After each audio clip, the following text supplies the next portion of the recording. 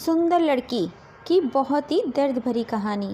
एक व्यापारी ने किसी धनी साहूकार से ब्याज पर पैसा उधार ले रखा था, लेकिन व्यापार में नुकसान हो जाने की वजह से वह साहूकार पैसा लौटा नहीं पा रहा था। व्यापारी की एक बहुत ही सुंदर बेटी थी। साहूकार बड़ा कुटिल था।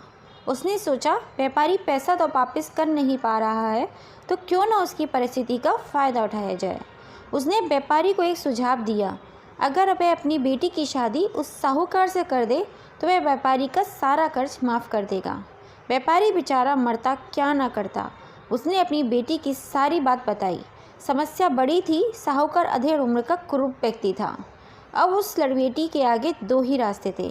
पहला ये तो साहूकार से विवाह करने से इनकार कर दे, और दूसरा अपने पिता को कर्ज में दबा रहने दे। दूसरा, साहूकार ने खुशी से विवाह कर ले ताकि उसका पिता स्वतंत्र रह सके। लड़की ने साहूकार के आगे एक शर्त रखी।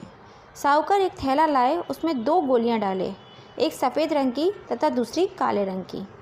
इसके बाद लड़की उस थैले से आंख बंद करके एक गोली निकालेगी। गोली अगर काली निकली तो लड़की साहूकार से विवाह कर लेगी और उसके पिता का कर्ज माफ़ किया जाएगा। साथ ही अगर गोली सफ़ेद निकली तो भी पिता का कर्ज माफ़ किया जाएगा, लेकिन लड़की साहूकार से विवाह नहीं करेगी। साहूकार तुरंत इस बात को मान गया और जल्दी से एक थैला लेकर आ गया।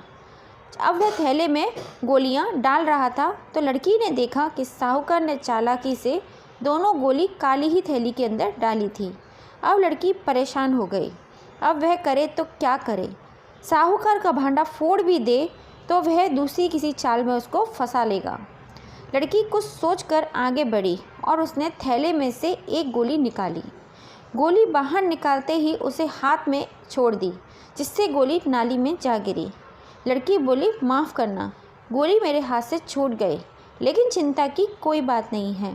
थैले में अभी दूसरी गोली भी है तो होगी, उसे देख लेते हैं। अगर गोली काली निकली तो मैंने सफ़ेद गोली उठाई होगी, और गोली थैले में अगर गोली सफ़ेद निकली तो मैंने काली गोली उठाई होगी। व्यापारी ने थैले के अंदर हाथ डाला और देखा, काली गोली निकली। व्यापारी बोला, आह बेटी, थैले में तो काली गोली बची हुई है, इसका मतलब तुमने सफ़ेद गोली चुनी थी। साहूकार बेचारा बोलता भी तो क्या, अगर बोलता तो उसकी चोरी पकड़ी जाती। इस प्रकार पिता का कर्ज भी माफ़ हो गया और उस बेटी ने अपनी रक्षा भी की। तो दोस्तों, जब तक आप अपनी समस्याओं का समाधान के बारे में नहीं सोचोगे, तब तक आप अपनी समस्याओं में ही उलझे रहोगे। अपने विचारों को खुलने दें, थोड़ा हट कर सोचें। यह सोचें कि हर समस्या का हल है, तो मेरी समस्या का भी कोई ना कोई हल ज़रूर होगा। आप जैसा सोचने लगेंगे तो यकीन मानिए आपके समस्याओं का हल भी मिलना शुरू हो जाएगा।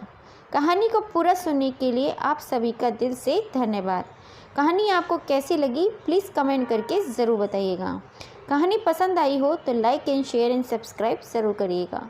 फिर मिलेंगे आपसे। जय श्री राम।